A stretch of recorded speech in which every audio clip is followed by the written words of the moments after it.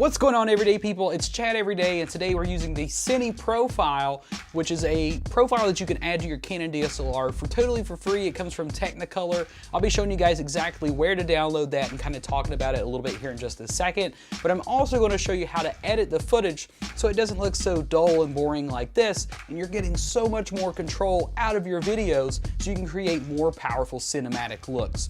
But guys, if you're new to this channel, be sure to subscribe so you don't miss out on any content. But without further ado, let's hop into today's tutorial. Okay, so before we get started, here is the website and address to get the Cinestyle profile for your Canon camera. So this will actually work for a few different types of DSLRs and stuff. You can check the list to see if it's going to work on your particular camera. It gives you your computer specs and all that. This is a totally free download. All you do is just type in the information here, hit submit, and then you'll get a download link sent to your email address. So what is this? Basically, this is a camera profile that helps you to achieve a better look for your images, especially if you're trying to achieve that cinematic look. You know, it tells you here kind of the ways you could color grade and things like that. Essentially what it does is it boosts your dynamic range in your camera by not compressing your video files down and adding sharpness and contrast and all those different things. Basically, it gives you the most raw possible image that you can get, and then you get to add everything back in yourself.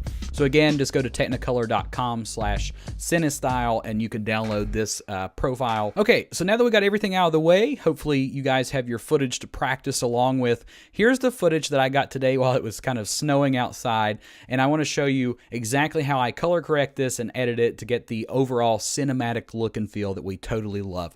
I'm in love with this profile. So in a lot of cases when I'm going to make cinematic shots, I definitely feel like I'm going to use this user profile. There are some pros and cons to it. However, it does give you a ton of control over your ability to color grade and actually edit your footage. So let's go ahead and get started. We've got our footage in here. I've got it nicely slowed down to the automatic speed. I was filming this on a Steadicam, so we got that nice, slower, very buttery smooth movement. But what we're going to do is add an adjustment layer. I'm just going to add a simple base correction over top of my footage and just drag it all the way over. So we need to go to video effects here and grab our color correction, just drag it right on top of that clip.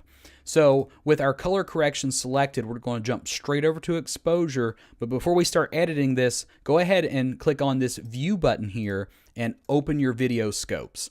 So what the video scopes is going to do is allow us to see where our waveforms are going to go. So that way we're not losing detail on our blacks, we're not crushing our highlights, and we get an overall proper exposure.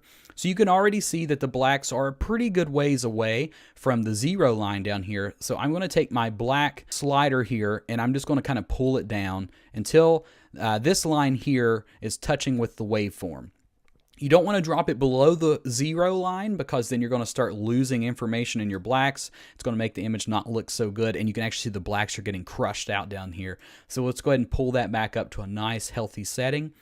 Now with the highlights, we can pull those up, and what I like to do, and I found works for me in this particular profile, is to set your highlights in between the 75 and 100. You don't want to go too high, or again, you're going to start crushing out those highlights and losing all your detail.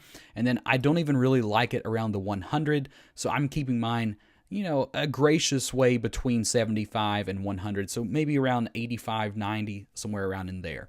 If you need more exposure in your overall image, you can pull up with your midtones to try to get some more of that detail opened up back in there. And then again, you can pull your blacks down just a little bit more to compensate for that.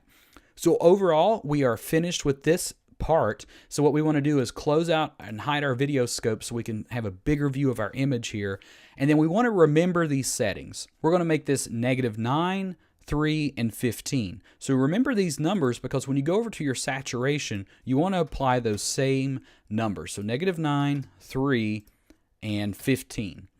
And then once we get these numbers identified here, then what we can do is take our global slider and kind of pull that saturation up until we get a look that we like. Now, to get a further cinematic look using this profile, I also go into my color settings and edit slightly here as well. So what we're going to do is take our black, our shadows here, and I'm going to put those a little bit into a blue that I like. Now, I'm only going to give this about 2% because you want this to be subtle. And, you know, a lot of times the rule of thumb is less is more. So don't be putting a ton of stuff into here because it's going to become totally obvious and just look overly processed. Now with my highlights, I like to add in a little bit of warmth, a little bit more of an orangey tone. And again, I will do this probably about 2 to 3%, somewhere between the orange and the red here. And realistically, it's good to eyeball it sometimes because your footage is going to be different than mine. So to get the results that you desire, you're going to have to play around with that just a little bit. So let's go ahead and click this on and off. And you can already see that with just a basic color correction, this is the flat cine profile straight out of camera, and this was with a very basic color correction. So the next step we want to do, if you would like to, you don't have to, it's totally optional. If you want to create your own custom LUT, you can do that, or you can use other LUTs that you've downloaded or purchased online. But I've already created a custom LUT just for this video. So if you want to learn how to create your own LUTs for free using Adobe Photoshop, click on the card above to learn more about that. I've already did a tutorial on that. If you have any questions, definitely comment on that video and let me know.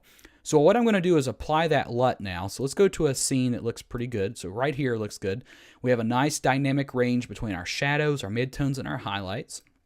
I'm just going to go find that LUT really quickly. I'm going to open it up and apply it to the overall picture, and you can already see how much it's greatly changed the look and feel of this. So just adding that particular LUT that was created for this footage has made it look awesome.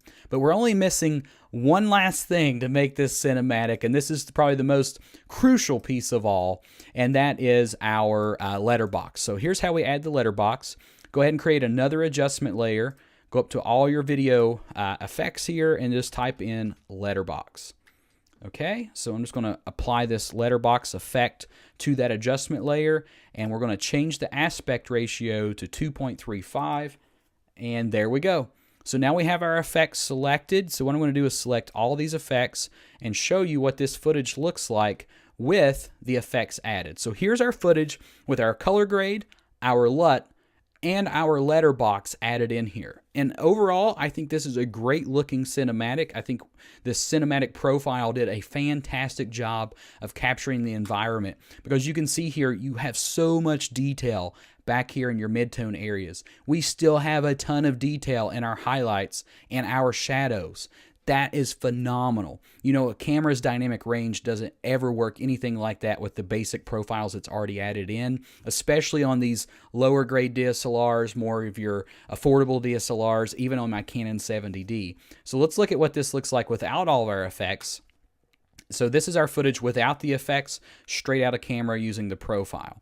So yes, it is going to require you to do a little bit of editing. This is definitely for a bigger production that you are more willing to put in a little bit more time and work. But honestly, to have as much control and flexibility over your clips, your colors, your footage is absolutely phenomenal. So I hope you guys enjoyed today's video. If you did, be sure to hit a thumbs up. Subscribe to this channel for more content just like this, covering everything about videography, photography, editing, and all that other fun stuff.